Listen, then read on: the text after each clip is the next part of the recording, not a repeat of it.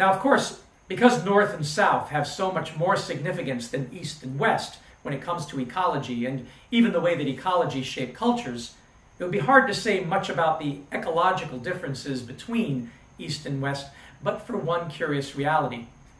In the Western Hemisphere, our current moment in plate tectonic time has a huge landmass spanning North and South, the Americas. While in the East Hemisphere, we have the same, Eurasia and Africa. And so what we see is that the most salient ecological characteristics of these land masses is actually the amount of forest. Forests span the globe, leading science fiction author Ursula K. Le Guin to write a parable of ecological destruction and climate change called "The Word for World is Forest." And then what becomes most interesting is that with the appearance of civilization in what we call the Middle East, the most notable ecological change is the disappearance of forests. Not just that. We note their disappearance to the axe and plow and fire, and then their replacement by desert. I didn't really get it until I got into Harvard in 1980 and took a freshman class in evolutionary biology with the legendary E.O. Wilson. He was actively trying to protect the last remaining rainforests of the Amazon, the Congo, and Indonesia at that time, and showed us evidence that the lion's share of the blame for the distribution of deserts today belonged not to natural climate changes, but to civilization. He told the class, quote, "At the time of the Roman Empire, when Antony was courting Cleopatra, you could walk from Carthage in Tunisia to Alexandria in Egypt under the shade of trees. Today we think of the deserts of Africa and the Middle East as simply the normal habitat of those regions, but nothing could be further from the truth." My grandfather came to visit me from Baghdad, Iraq that summer and started teaching me Arabic, and I asked him about this. He said, "Oh, I've witnessed it in my own lifetime, and it just gets worse. You know, when I was a boy in the 1920s and even into the 1930s when your mother was born, we still had African lions living in our country in the north, near Mosul. We would see them in the mountains." And of course, that would be the case because Iraq is really part of the Rift Valley from East Africa that carves its way up through the Red Sea to the Levant along those lines of longitude. The whole region was a migratory pathway north and south for birds and animals, and following the animals is how humanity left Africa to populate the rest of the world in the first place. Sophomore year of college, the great paleoarchaeologist Glyn Isaacs told us in class that his research was confirming what many of us were beginning to suspect.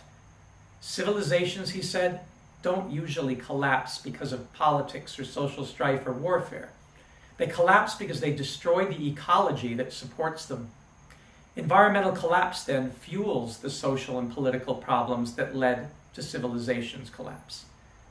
The rise and fall of civilizations is really the story of environmental degradation, and the vast areas of desert we see in the world are testimony to the destructiveness of our species. Much of this is now documented in my former UCLA professor Jared Diamond's prize-winning history book, Collapse: How Societies Choose to Fail or Succeed, from 2004.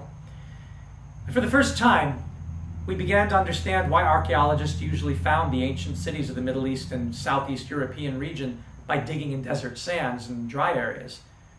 Another anthropology professor told us, of course, there were civilizations all over the world, and with the exception of the Maya temples of Central America and the temples of Angkor Wat in Southeast Asia, we don't readily see the evidence of the ones that rose and fell in the forested areas of the world, because people tended to build out of wood, which decays over time. By the time European archaeologists found them, following their imperialist soldiers who had wiped out the peoples who built them, the great wooden city-states like Timbuktu and Benin had rotted into soil. And this encouraged the racists who rewrote history to justify slavery by claiming that there had been no great civilizations south of the Sahara in Africa. But that's nonsense. One thing we can say about forest cities, though, is that while sufficient ecological damage was done to eventually cause their collapse, the people didn't disappear or move away as they did in the desertified areas. They just adopted a simpler lifestyle. This message was brought home to me by my friend Pedro Cook, a Maya Quiche development specialist who I was helping to build an ecological research center in the lakeside village of Macanche near the ruins of Tikal. We were reviving the use of the sacred Maya breadnut tree, the tree that had sustained his people for thousands of years, by planting a 10,000 seedling nursery by the lake near the solar-powered, compost toilet-outfitted, rainwater capture-equipped research lodge that our Taiwanese philanthropist friend, Martha Liu, had funded. Pedro took Martha and me and a fellow African-American graduate student to a patch of barren ground on the other side of the lake and did a sacred planting fire blessing ritual.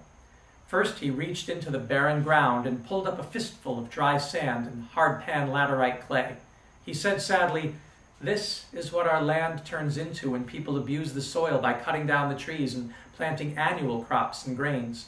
It turns to desert where nothing can grow anymore." He then led us over to another patch of ground that glistened with moist blackness and knelt down, scooping the precious earth into his hands and passing it under our noses to smell. "And this is what I'm turning it into by putting the organic material back in, compost and food waste from the city, and animal manures, even my own, and planting trees and shrubs and encouraging wildlife. This soil is life." And then he built a fire and started the ceremony. He said, "My people, the Quiche, come from the highlands of Guatemala, and our capital city was called Iximche. Do you know what Iximche means?